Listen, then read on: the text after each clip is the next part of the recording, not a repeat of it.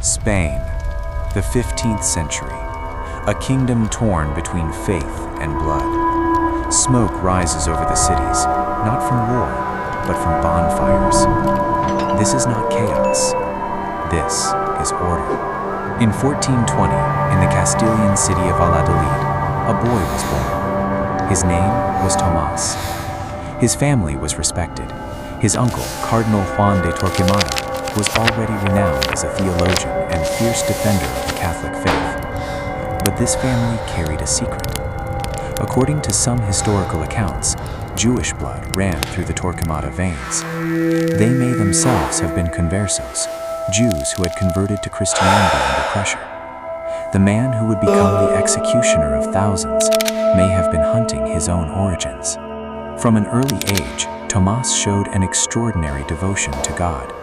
He joined the Dominican order, the very order that had conducted the first inquisitorial tribunals a century before. For him, this was not a choice, it was a calling. The Dominicans called themselves the Hounds of the Lord. They saw themselves as guardians of truth, hunters of heresy. Young Tomás absorbed this doctrine completely. The purity of faith became his only measure of human worth. Years of monastery life hardened him. He fasted, he prayed, he denied himself everything. No meat for his entire life, no silk, no gold. His asceticism became both his weapon and his justification. A man who suffers cannot be questioned. Torquemada came of age in a Spain burning with inner tension. Hundreds of thousands of Jews and Muslims had accepted baptism under the pressure of pogroms and royal decrees. They were called conversos and moriscos, the converted. But was their faith genuine? That question poisoned everything. Among the new Christians, there were those who secretly kept the old ways. They lit candles on Friday nights. They avoided pork. They whispered prayers in another language. And their neighbors noticed. And their neighbors remembered. For Torquemada, this was intolerable. He saw the conversos as a Trojan horse inside the church, an infection, rot at the root of the tree, and he knew rot must be burned out. His reputation as a severe but just monk grew steadily. He became prior of the monastery of the Holy Cross in Segovia, one of the most influential Dominican centers in all of Castile. It was here that he met the young Princess Isabella. She was devout, determined, and ambitious. He became her confessor, the man she trusted with her soul. That encounter would change the course of history. Isabella and Ferdinand united Spain, but the unity of the state demanded the unity of faith. The chaos among the conversos threatened the very foundations of the new kingdom, and Torquemada had a solution. In 1478, Pope Sixtus IV issued a papal bull authorizing the Spanish crown to establish its own Inquisition, under the control not of Rome, but of Madrid. It was an unprecedented concession. The Inquisition would become an instrument of the state. The first inquisitors acted with brutal force and little coordination. A wave of denunciations and executions shook Andalusia. Even the Pope grew alarmed and attempted to limit the powers of the tribunals, but it was already too late. In 1483, Isabella and Ferdinand appointed a single Grand Inquisitor for all of Spain. The choice was clear: Tomás de Torquemada, a man without fear, without doubt, and without mercy. He was 63 years old, a thin, aging friar in a white habit and black cloak. But behind that ascetic appearance lay an iron will and a mind that built systems with the same cold precision an architect uses to lay stone upon stone. Torquemada moved immediately. He convened the first inquisitorial assembly and drafted the instructions, a detailed code governing interrogation, torture, and sentencing. This was not chaos. This was a machine. The instructions defined everything: how to receive a denunciation, how to question witnesses, when to apply torture, how to record a verdict.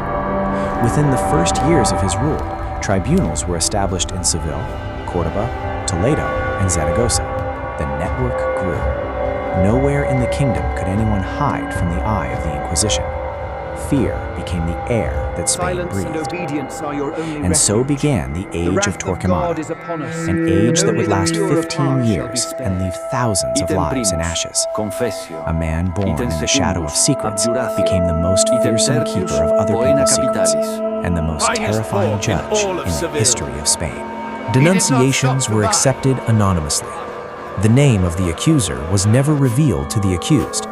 A man could spend years not knowing who had destroyed him, a jealous neighbor, an unpaid debtor, or his own family member. The anonymity was not a flaw in the system. It was the system.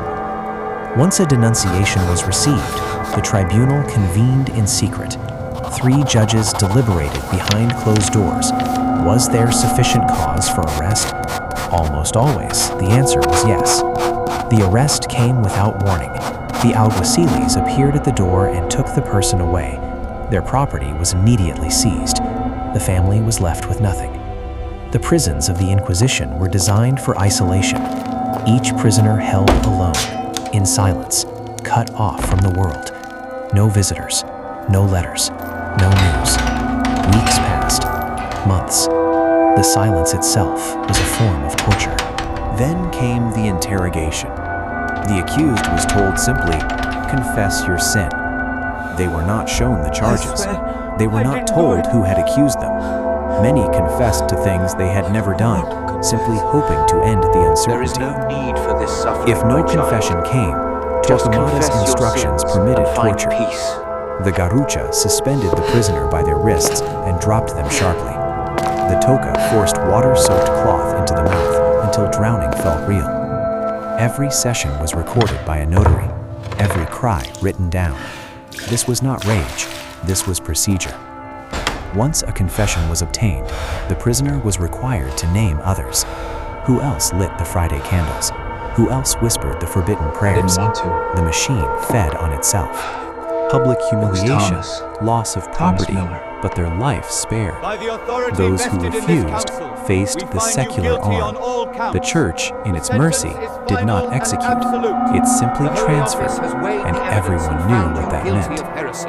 Torquemada You shall wear watched this the robe machine as a run. symbol of your He eternal refined it. shame.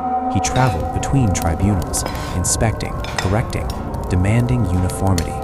He was not a man who lost control of his creation. He was a man who loved it. Spain had never seen anything like it. Not because cruelty was new, but because it had never been this organized. Torquemada had not invented persecution. He had perfected it.